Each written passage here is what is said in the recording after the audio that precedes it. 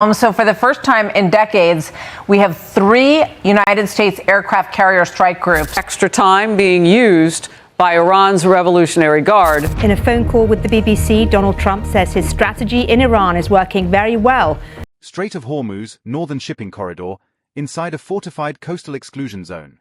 3:17 in the morning, the Ranger task force from the 75th Ranger Regiment moved against a hardened hostile position before dawn, with less than 30 minutes to stop a strike window that could have sealed the waterway and triggered a wider war. The target sat above the sea on broken rock and reinforced concrete, built into a shelf of dark coastal terrain where the land dropped sharply toward shipping lanes below. Floodlights cut narrow lanes through salt haze, guard towers overlooked the access roads, and layered blast walls shielded the inner compound from direct fire and observation. The defenders had built overlapping fields of fire, hardened communications nodes, concealed storage bays, and multiple fallback points beneath the main surface structures. They believed the position could not be taken quickly because every obvious route channeled an assault into exposed ground, and every minute bought them time to execute the strike plan. The site mattered for one reason: if it stayed online until sunrise, it could turn the Strait of Hormuz from a global trade artery into a battlefield. The Rangers split into 4 elements, each with a separate burden inside the same shrinking clock. Alpha advanced along the coastal access line, using darkness, terrain masking, and speed to reach the outer perimeter first. Their job was to break the surface defense and pin hostile fighters away from the center of the compound. Bravo moved on a higher approach overlooking the objective. Their task was to isolate the position, deny movement, and cut off any reinforcement arriving by road. Charlie pushed toward the interior control section. They carried the responsibility for the central objective and for the proof that the site had been neutralized.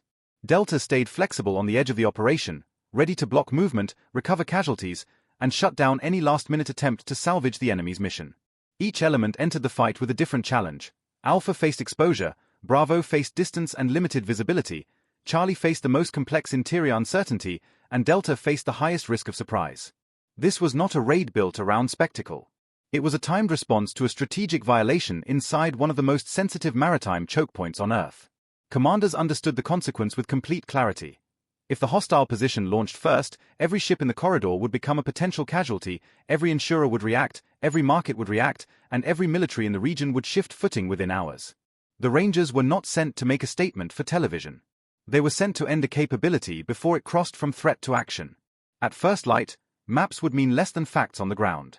The men moving toward the target knew the enemy had chosen the location for geometry, range, and delay. The height gave the defenders vision over the water. The concrete gave them survivability. The underground sections gave them redundancy.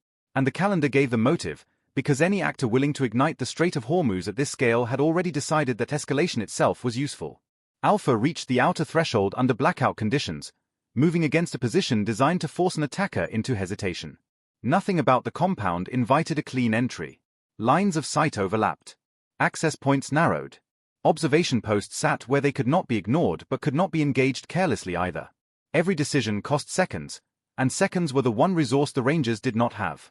Bravo settled into its coverage positions and turned the wider battlefield into a contained space. Their purpose did not depend on noise or visibility. It depended on denying the enemy freedom of movement. If reinforcements drove in, Bravo would stop them. If fighters tried to exfiltrate sensitive equipment, Bravo would stop them. If anyone attempted to break away from the objective to preserve the strike architecture, Bravo would stop them too. In operations like this, isolation is not secondary to seizure. Isolation is what makes seizure final. Charlie carried the hardest question into the compound, not whether they could get inside, but whether the core system could be found, confirmed, and neutralized before the deadline expired. Intelligence had narrowed the likely location, but hardened facilities rely on uncertainty as much as concrete. Rooms look important when they are decoys.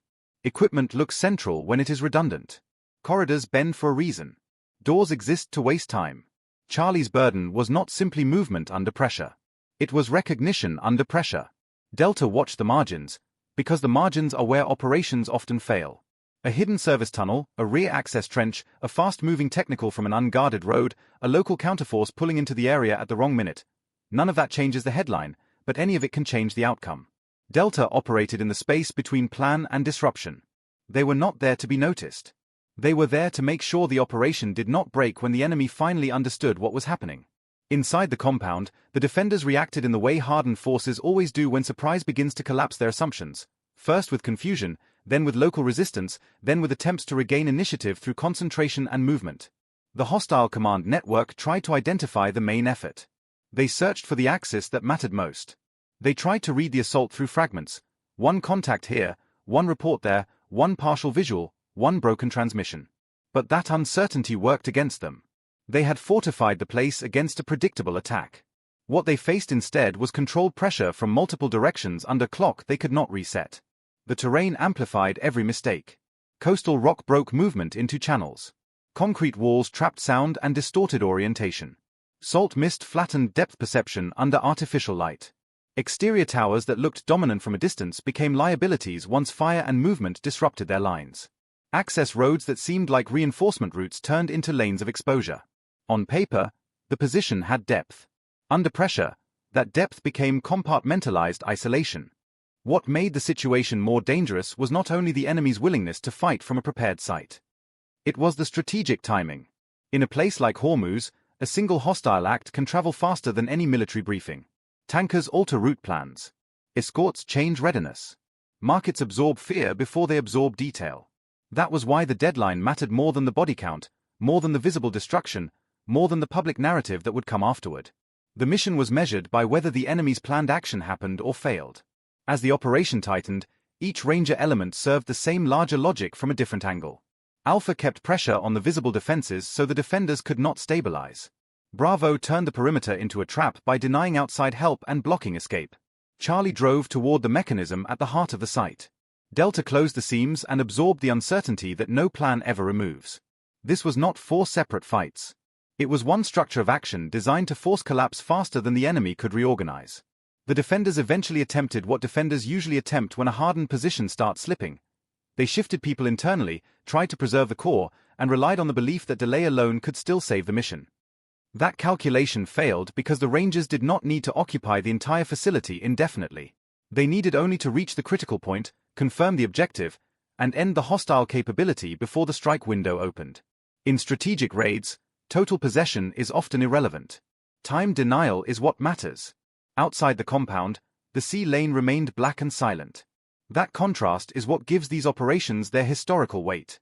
A handful of minutes on one ridge, in one compound, in one strip of darkness, can decide whether thousands of sailors, crews, port workers, and civilians wake into ordinary commerce or wake into international crisis. Most of them would never know how close the line had come. That is often how deterrence looks in practice. Not a speech, not a flag, not a parade, just a capability removed before the world sees what it was built to do. By the time the objective was confirmed neutralized, the fight had already shifted from penetration to extraction. That transition matters. Many operations succeed at the point of contact and fail during departure, when adrenaline drops, when the enemy finally understands what was hit, and when every surviving defender tries to salvage meaning through a last reaction.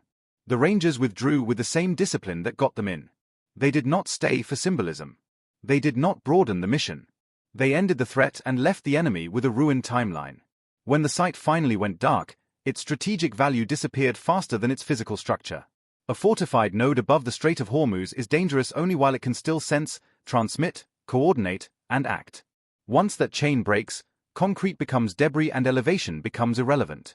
The entire premise of the enemy position had rested on one assumption, that geography and fortification would protect intent long enough for intent to become action. The operation disproved that assumption before dawn. Analysts would later reduce the event into familiar categories: response, strike denial, maritime security, escalation control, regional signaling. Those terms are useful, but they flatten the essential fact. A hostile actor tried to create leverage through a choke point that affects the whole international system. The United States answered before leverage matured into execution. That is the difference between reacting to an event and preventing one. The final significance of the operation did not come from destruction alone. It came from timing, precision, and limit. The Rangers were not sent to occupy a province, redesign a coastline, or fight for headline. They were sent to stop a clock.